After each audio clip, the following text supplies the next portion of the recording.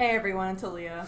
And it's Sadie. And welcome back to Opinionated Students. We will be discussing the curriculum change in the AP World History course. College Board has not only proposed, but approved a major curriculum change that will impact what students learn and potentially how they view the world. Currently, the AP World History curriculum starts at 10,000 BC and goes to the present. This new curriculum will start at 1200 AD and go to the present. Yeah, that's... How much of history is that erasing, like, off the top of your head? Is that... Thousands of years. Obviously.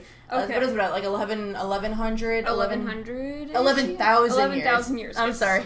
Yeah. So that's 11,000 years you're erasing of history to start at 1200, when in the original proposal was 1450, you know, when AP Euro starts. And APUSH starts too. Supposedly, the reason it got pushed back to 1200 is because the Mongols would have otherwise been erased from the curriculum. And God forbid we take out the Mongols, but, you know, a lot of the African empires are fine. Mesopotamia and the rise of civilization is fine. The caveman societies and the legitimate lessons you can learn from them are fine. A lot of the Chinese dynasties are fine. All of the Americas almost before Columbus arrives, that's fine to get rid of too. Europe as a not strong, powerful continent, sure, let's erase that. You're erasing the development of all of the major world religions. You're erasing the development of culture as we know it. You're erasing the development of different societies, where civilization itself comes from, as I previously stated. You're erasing everything that brings you to 1200 AD and why it's important. Yeah, it's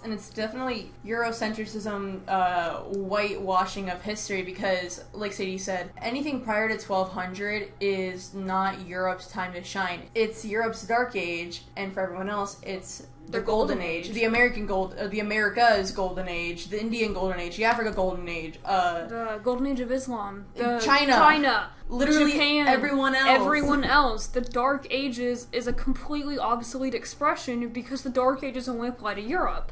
During this time, it was Unit 3 when I took the course, you learn about all the other civilizations and them flourishing. Mm-hmm. And I think that's something we don't get taught in a lot of classes. And I understand why something like AP Euro would start around 1450. Yeah. I think APUSH could be debated. Yeah. But definitely debatable.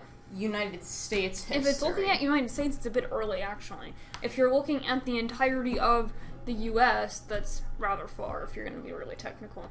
Anyway, because of the starting dates of a lot of these other curriculums, we're cutting out a lot of the parts that are relevant to non-Western cultures, and that's something that I don't think we get taught a lot about in a lot of other classes, so AP World fills in that gap. And that gap is helpful for understanding present issues today, for understanding what's going on from 1200 AD to the present, and it's helpful when you're learning about cultures and working with people of other cultures, I feel like, because you've been taught to appreciate that culture through a class. Yeah, and the thing is, even right now, starting at 10,000 BC, we're still seeing a lot of Eurocentrism, especially as we get towards the present, like, you know, 1450 and beyond. So it's just frustrating to see that an already whitewashed history is being even more whitewashed. And for what reason? Because people cannot comprehend, 13,000 years of history, even though people have comprehended it and do get it. Sadie has gotten a 5. I have gotten a 4. You need a 3 to pass. It's not that hard. It's not that hard to comprehend, especially because history repeats itself. It is made of patterns. We see a pattern in history.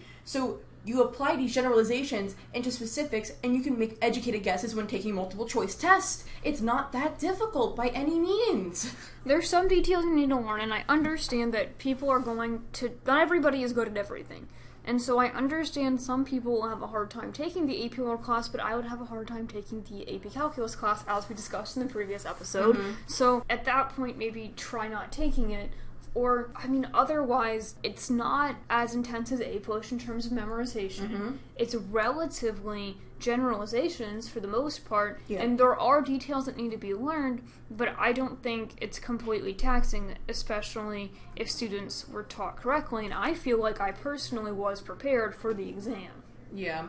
And that's also the thing, is that by focusing more on memorization of people and dates and vocab, you now get rid of what the point of learning history is. It's to see this changes, it's to see these patterns, it's to see how it's affecting us in our daily lives right now. What we have right now is a product of these 10,000, actually, how many years? Oh my gosh, I don't even know when history started for humans as we know it.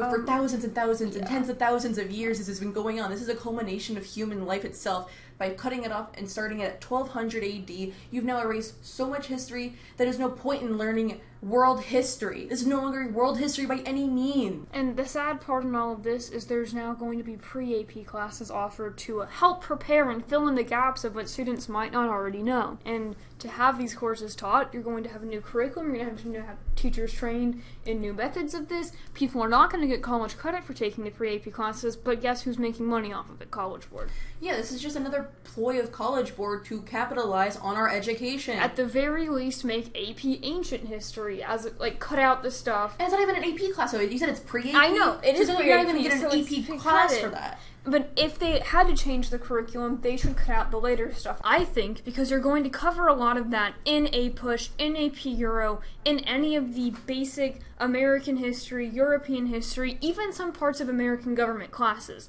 So you're still learning that. Unless you maybe take AP Art History, you're probably not going to get exposed to the stuff that they cut out of the curriculum. And that is sad. And we should have something more productive, more inclusive, more comprehensive within our curriculum for students to learn about the history of the world they live in. I agree, Sadie. And we're going to have to stop here for now. We're going to have this episode to be a little shorter than the last one, but thank you so much for joining us again. If you have any comments, suggestions, comment below, in the comment section below, or there will also be a link to our email in the links below in the description. You want to say anything else, Sadie, before we leave, or? Just keep listening to us and keep reading our school newspaper. I'm Sadie. And I'm Aliya. We'll see you next time on Two Opinionated Students.